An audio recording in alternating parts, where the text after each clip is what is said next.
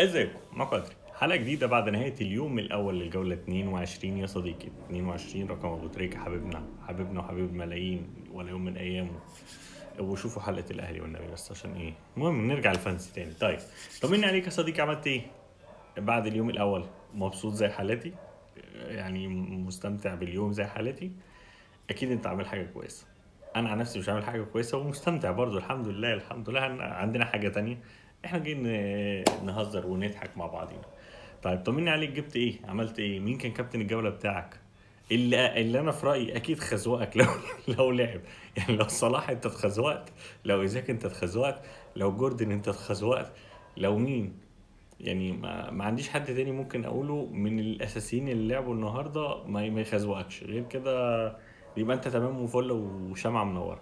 نرجع بقى نقول القصة من الاول.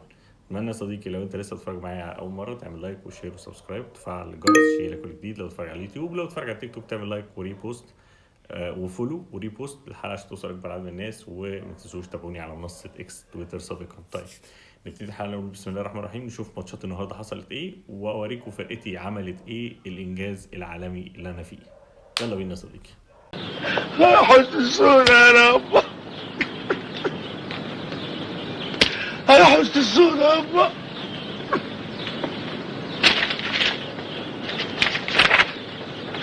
يحسسونا يا رب.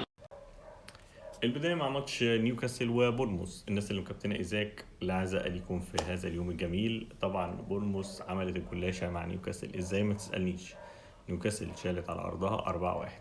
طب مين يا ولاد اللي جاب الأهداف في بورنموث؟ كلويفرت كده كل فترة بيطلع بهاتريك، هو تقريبا كده ده سلو بلدهم. كل فترة لازم ياخد 3 اجوان. فاكرين الماتش اللي جاب فيه 3 اجوان ضربات جزاء قدام وولفز؟ فاكرينه؟ النهارده 3 اجوان بس فيهم مش ضربات جزاء، كلها اجوان. رزق. رزق حد عندكم، في حد فيكم معاه كلويفرت؟ اللي معاه كلويفرت والنبي يقول لي، النبي تقول لي. طب لو عندك كلويفرت وملاعبه حاجه، ولو عندك كلويفرت وعلى الدكه واخر واحد او حتى اول واحد ده حاجه تانية، ده انت ربنا يعينك بصراحه.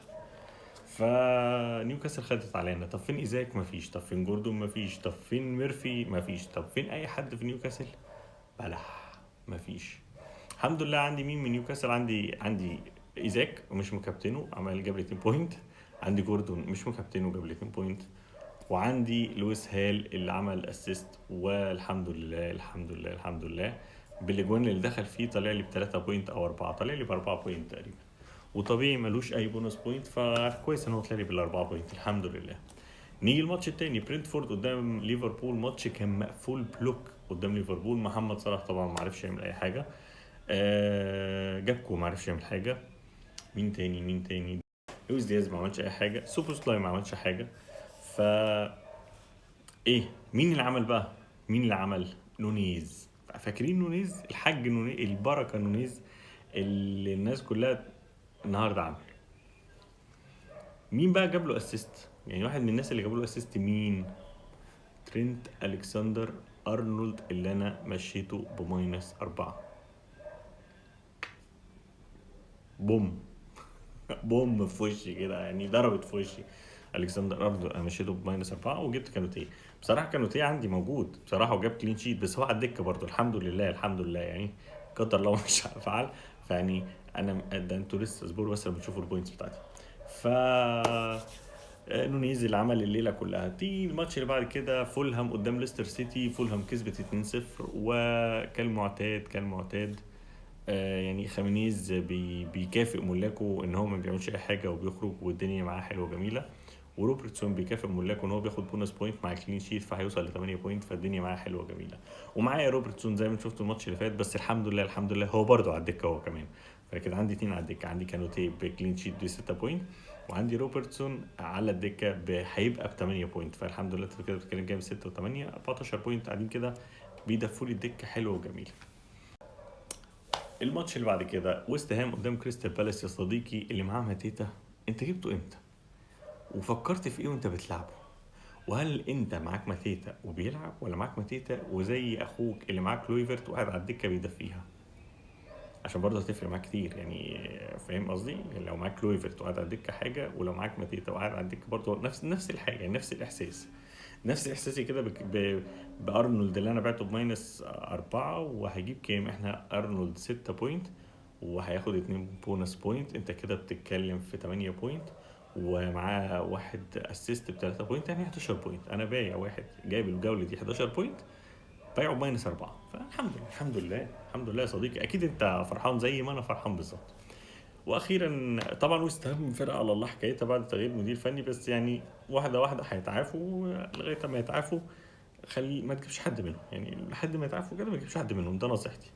فكريستال بالاس اللي معاه ماتيتا نفد، اللي معاه مين تاني؟ اسمه ايه ده؟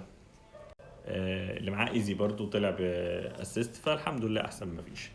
نيجي لماتش النهارده، ماتش الجوله يعتبر، او ماتش اليوم الاول، استون فيلا قدام ارسنال.